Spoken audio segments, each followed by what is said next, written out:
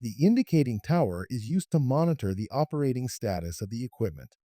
The DYNAC may also include an optional intelligent light kit that will follow the same color and pattern as the stack light. These lights illuminate the equipment, making it easier to see from a distance.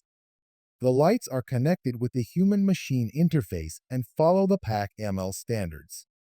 Typically, the green light will flash when the machine is starting, then turn to a solid color while the equipment is running in the execute state. The light will be solid amber in the held state and will flash yellow if there is an internal warning or the equipment is transitioning into or out of the held state.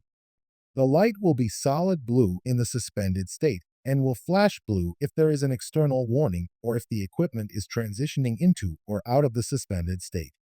The light will be solid red in the idle state and will flash red if the equipment is aborting or clearing. An audible alarm may be added to the stack light.